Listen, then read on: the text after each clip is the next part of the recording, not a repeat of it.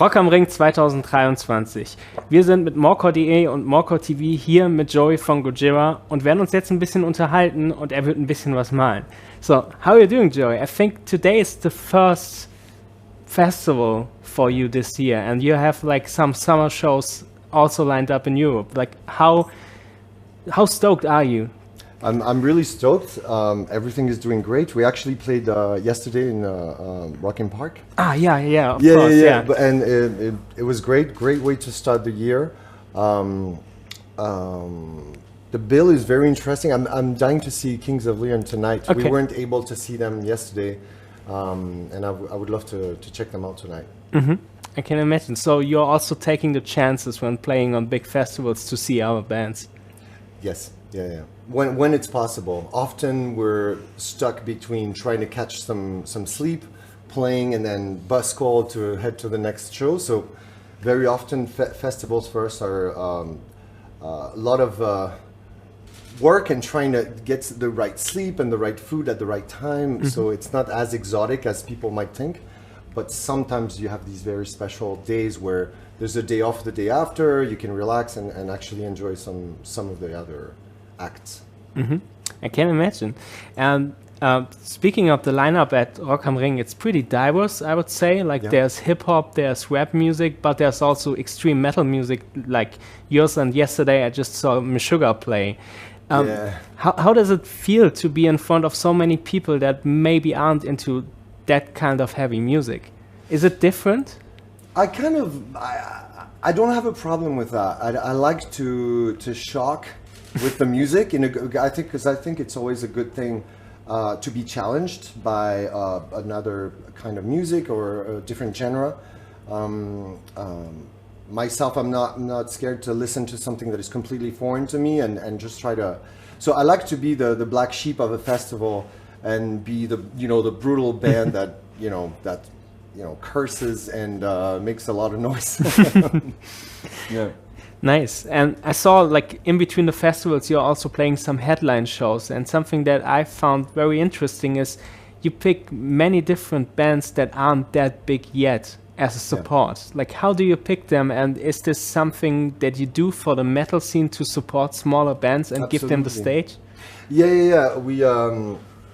We never forget where we come from and how it felt when a band would take us on tour just because they like us, mm-hmm. not because we have a name or we can draw a lot of tickets. So once in a while we allow ourselves to just handpick a band just because we think they're super cool and we want to help them out. It's very simple, very basic, We would like to do that every time. Sometimes we pick a band because they can sell tickets. That happens, and sometimes turns out it's a good band too, But I think it's important for artists to always leave some room for, to support other artists that one day will be in your position and help out other artists too. So I think it's a good thing. Mm-hmm. I can imagine.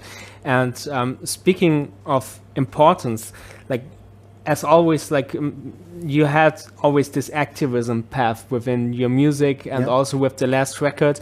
And right now we're facing the climate change, and like it's getting worse every year. Like every summer is going to be the hottest summer we had, and it's not stopping. Like, is there some kind of frustration because you started doing this activism with this band that early and basically it doesn't change over the time? Yeah. No, there is a frustration for sure, because I remember clearly being a teenager, pre-teenager, and seeing scientists and philosophers and thinkers and blowing whistles and saying, hey, we need to change our ways right now because in 50 years we're going to be effed. So, and seeing this happening right now feels like we completely didn't listen at the time, the scientists that were talking, and we completely ignored it. And it is frustrating. Yeah, it is frustrating. But I think the only thing we can do and what we must do is keep it up and keep the hope, and try to project a vision of the future that is not total chaos, and try to, by projecting this thought, allowing it to happen, it's to full hope, because you see the oceans rising and the temperature climbing, and it seems like it's all because of what we did in the last 3 decades or something. But the Earth will be fine. The question is, are we going to survive or not? Pretty much. Yeah. And if we survive, who's going to survive? The rich? Yeah. I don't know. It's complicated. It feels like we're in the middle of a nightmare, and I'm trying to wake up from this nightmare. But I have the feeling that heavy music is the right way to address it to the people, because I can't think of like pop songs like making people rethink their standards and like rethink how they like deal with the whole environment. I have the feeling that your music is somehow a wake-up call. Yeah, that's how I felt when we started playing in 1996.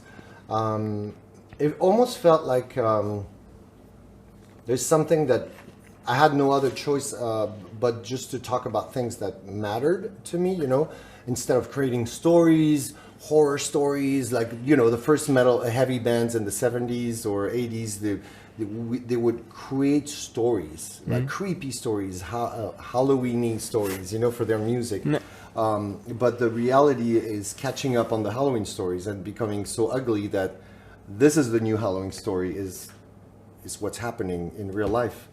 And it seems like rock and metal still has a function in the society today, just like hip-hop had in black music, and brought a lot of truth to all the the music, the modern music,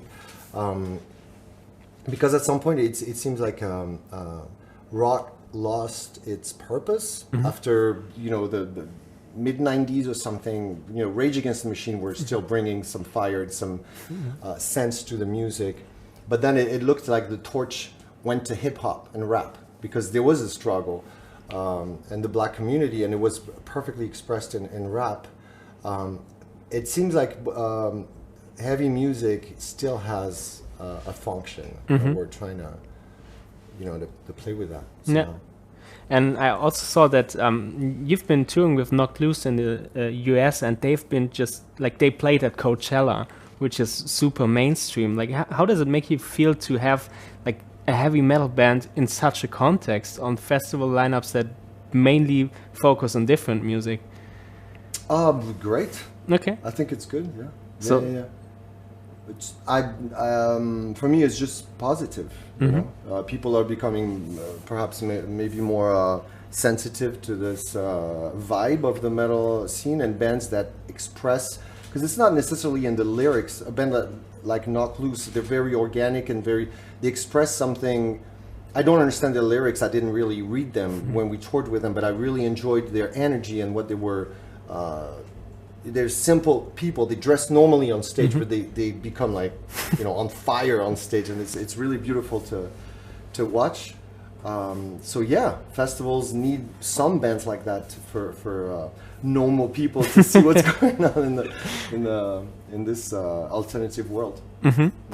And I saw in April your album The Link just turned 20 years. Yes. How does it make you feel? Do you still enjoy it, or would you just like to rewrite it because like it was in a phase that sounds different from what you're doing now?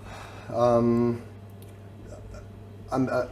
very critical when it comes to my to my own writing and to the band's music.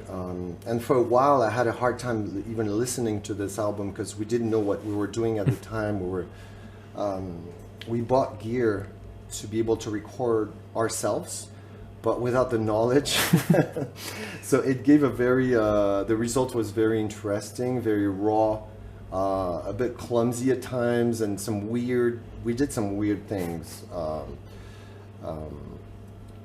But it has a unique, print or something. So for that, it's interesting. I wouldn't change a thing. Sounds good.